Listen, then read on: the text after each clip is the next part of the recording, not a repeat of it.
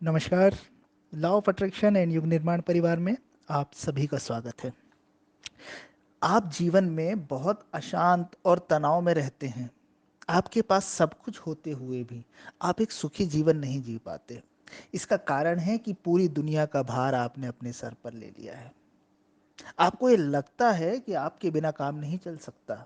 मैं नहीं होऊंगा तो मेरे घर वालों का क्या होगा, मेरे परिवार का क्या होगा, मेरे समाज का क्या होगा, इस दुनिया का क्या होगा।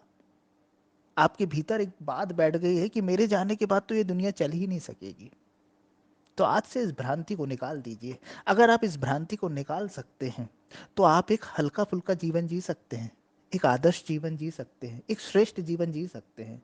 और ये बात अगर आपके भीतर रही तो आपके पास सब कुछ भी हो जाए ना, तो भी आपके जीवन में सुख, शांति और आनंद नहीं हो पाएगा। मुर्गा अगर सोचने लगे कि मैं बांग नहीं दूंगा तो सुबह नहीं होगी, तो ये मुर्गे की बेवकूफ़ी है। मुर्गा बांग दे या ना दे, सुबह तो होगी ही ना। वैसे ही कुछ लोग सोचते हैं कि हम ये नहीं करेंगे, वो नहीं करेंगे तो काम होंगे कि नहीं यार, कैसे होगा, लोगों का कैसे गुजारा होगा, मेरे परिवार का कैसे चलेगा।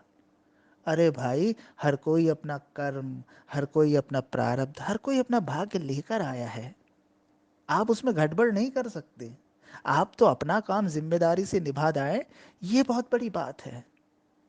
उस परमपिता पर भरोसा तो रखिए। जब आप सो जाते हैं तो वो आपके भीतर सांस चला रहा है।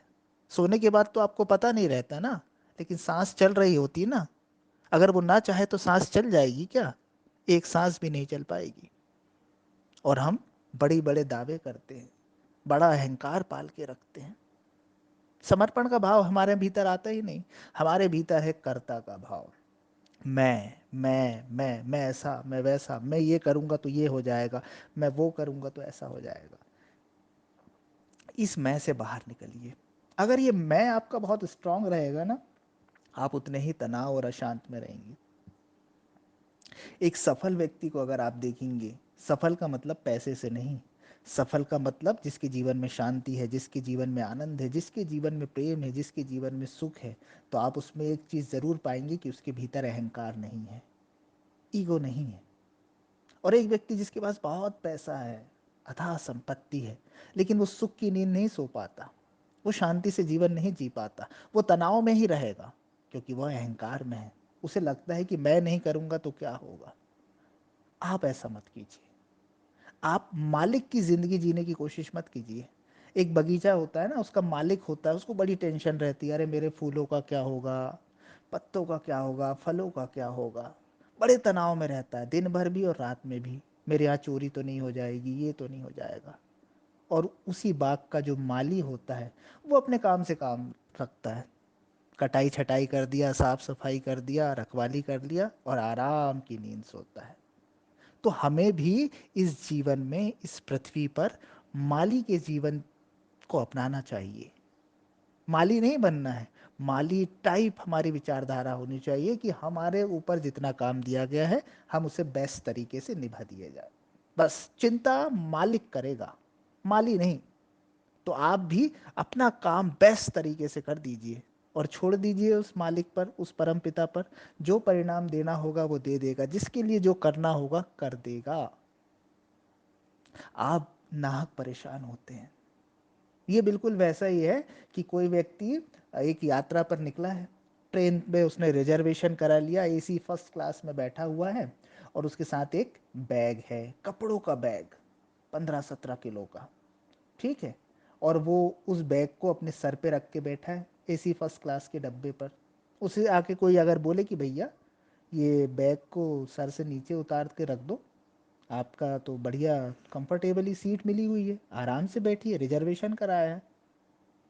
तो वो यात्री ऐसा बोल सकता है कि अरे भाई, मैंने तो अपनी टिकट कराई है और रेल भी तो हमारी संपत्ति है, इस पे मैं अपना वजन कैसे रख दूँ।